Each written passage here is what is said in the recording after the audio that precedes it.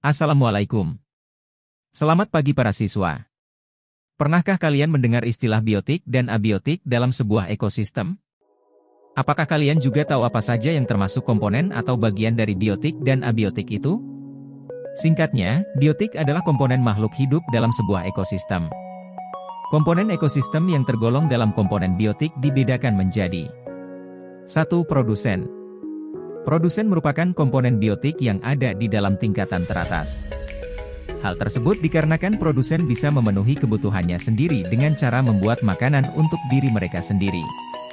Contoh selain tumbuhan hijau yang termasuk dalam komponen biotik produsen adalah fitoplankton, yaitu tumbuhan yang bisa membuat makanannya sendiri dalam jumlah yang cukup banyak, sehingga bisa menjadi sumber makanan untuk hewan-hewan yang ada di perairan tawar atau air asin. Anggota tumbuhan protista yang ada di dalam air yang mempunyai bentuk sangat kecil dan hidup secara melayang-layang atau bisa disebut dengan produsen perairan. Alga, yaitu organisme autotrof yang dinilai tidak memiliki organ seperti tumbuhan lain. Lumut, dan gangga hijau dan biru. 2. Konsumen.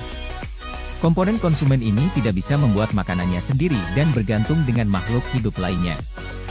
Yang artinya adalah, bahwa komponen konsumen adalah makhluk hidup atau organisme yang mendapatkan bahan organik dari organisme lainnya. Pada hewan, jenis komponen konsumen ini dibagi lagi menjadi 3 berdasarkan makanannya, yaitu herbivora, hewan pemakan tumbuhan; karnivora, yaitu hewan pemakan daging; dan omnivora, hewan pemakan daging dan tumbuhan.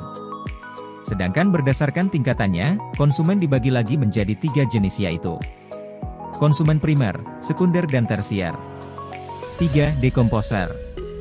Dekomposer bisa juga disebut pengurai, yaitu makhluk hidup yang berfungsi menguraikan organisme menjadi bahan anorganik. Organisme yang termasuk dalam dekomposer umumnya memiliki bentuk yang kecil dan berada di dalam tanah, udara, dan air.